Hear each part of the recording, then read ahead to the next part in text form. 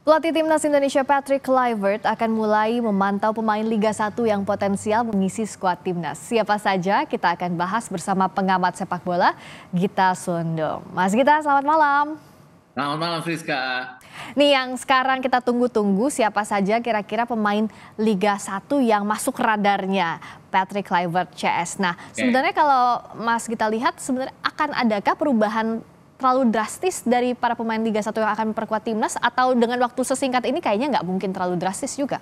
Iya, kalau drastis pasti akan sangat riskan ya. Artinya ada 6 pertandingan yang sudah dijalankan oleh timnas kita di kualifikasi putaran ketiga dan hasilnya pun untuk ukuran Indonesia itu bagus. 1 kali menang, 3 kali imbang dan 2 kali kalah. Terutama pertandingan terakhir di mana kita bermain dengan sangat baik, kita bertahan tapi kita melakukan counter attack, 2 counter attack yang jadi 2 gol. Rasa-rasanya akan seperti itu. Alex Kruse kan sudah bilang juga, saya tidak peduli dengan apapun, kalau perlu dengan 9-0-1 itu candanya dia, dengan lebih bertahan tapi kita bisa meraih kemenangan. Jadi saya pikir tidak akan terlalu. Tapi kalau kita melihat bahwa Patrick Kluivert kabarnya akan ada di Indomil Arena ya, di Tangerang nanti pada saat Dewa United tanggal 8 menjamu Persija. Di sana kan ada Egy, kemudian ada Ricky Kambuaya, ada Rizky Ridho, ada M Ferrari yang rasa-rasanya akan dalam pantauan mereka. Kemudian pada saat setelah press conference ini nggak banyak yang tahu bahwa saya kebetulan ada di sebuah ada di sebuah production house yang meliput, yang mengcover Liga 1 dan Liga 2. Itu ada permintaan khusus untuk mengcover gerakan-gerakan dari Stefano Lillipali dan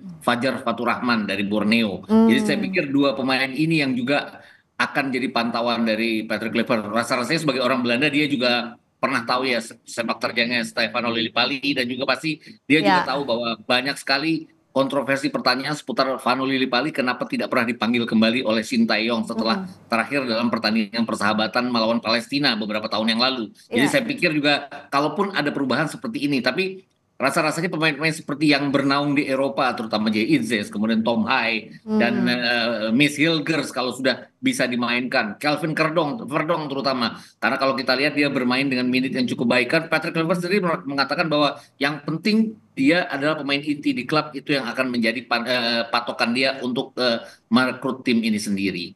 Nah, artinya kan ada potensi pemain Liga 1 yang pernah mengisi skuad STY tapi lama Ya. tidak dipanggil. Selain Lillipali misalnya, siapa saja nama-nama potensial yang menurut Mas Gita bisa saja dipanggil oleh Kluivert melihat gaya permainannya Kluivert? Iya, kan kalau kita lihat keunggulan kita di bawah Sintayong adalah bertahan. Kemudian di tengah juga kita punya Ivar Jenner, punya Tom Haye. Mungkin yang menjadi masalah tetap ada di depan ya. Kita tidak punya posisi nomor 9. Ya. Kabarnya kan akan dinaturalisasi oleh Romeni segera di Ya. bulan Februari ini. Rasa-rasanya itu akan dimainkan walaupun dia bermain di Oxfordnya sudah 2 pertandingan hanya dari menit ke 76 sampai terakhir. Jadi tidak terlalu banyak menit bermain. Kemudian kan di dalam negeri sendiri ada Hoki Caraka, ada Ramadan Sananta yang pasti akan dipantau oleh Patrick Kluivert. Saya rasa-rasanya akan seperti itu. Kemudian ini yang mungkin akan melelahkan bagi Danny Lanzat, Alex Kruse maupun Patrick Kluivert harus terbang ke timur karena di sana ada Sayuri bersaudara untuk bersama Malut United. Ya. Tanggal berapa ya? Tanggal 10 nanti mereka kan akan menjamu Borneo. Oh. Itu akan menjadi pertarungan antara Sayuri bersaudara, kemudian juga Empras, center back yang pernah dipanggil oleh Sintayong untuk timnas pada saat kita berhadapan dengan Australia dengan hasil 5-0, akan Ah. berhadapan dengan Stefano Lillipali dan Fajar Faturrahman. Di sini saya rasa kalau mereka berduel dengan sungguh-sungguh akan menjadi gambaran siapa yang akan dipanggil nanti untuk tanggal 20 Maret dan 25 Maret. Tapi kalau untuk potensi penyerang Liga 1 dibandingkan dengan para pemain naturalisasi, ini kemungkinan bersaingnya seperti apa Mas Gita lihat?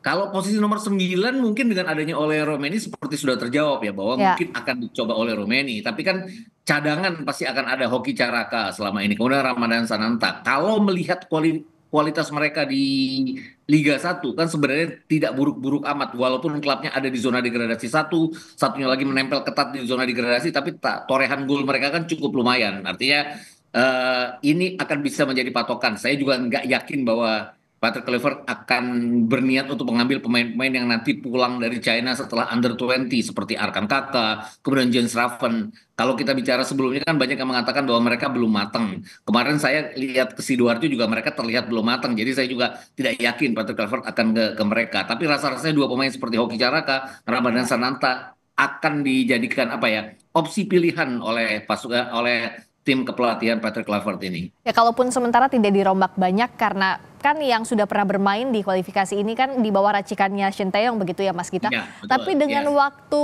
singkat ini bagaimana bisa menyusun satu? Strateginya pasti berbeda, gaya mainnya Ya. pasti beda, waktunya singkat dan bahkan banyak pemain abroad yang sampai hari H-3, H-4 masih ada tanding baru datang begitu.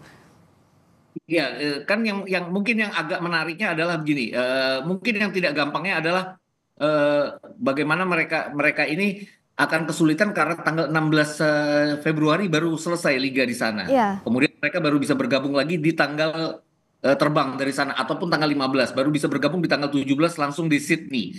Sedangkan tanggal 20 sudah main melawan Australia away. Ini mungkin akan menjadi sebuah kesulitan bagi Patrick Kluivert untuk menggabungkan. Tapi kalau kita bicara Shin Taeyong pernah dengan cepat melakukannya dengan banyak pemain yang berdatangan di bulan November, misalnya Mace Hilgers datang, kemudian Eleanor Reinders datang. Dia dengan cepat bisa beradaptasi. Saya rasa juga hal yang sama. Di sana kan juga ada Alex Pastor yang kabarnya merupakan salah satu asisten pelatih yang sangat jeli sekali dalam melihat bakat dan juga racikan strategi. Jadi saya rasa akan bukan merupakan sebuah hal yang sulit. Kemudian kalau kita bicara pemain-pemain lokal kita, mereka kan sudah libur kompetisi dari tanggal 13 Maret, jadi punya waktu 7 hari untuk persiapan. Karena 13 Maret itu liga kita adalah terakhir kali bermain di week 27, kemudian 14 Maret artinya sudah bisa sudah bisa berlatih bersama jadinya.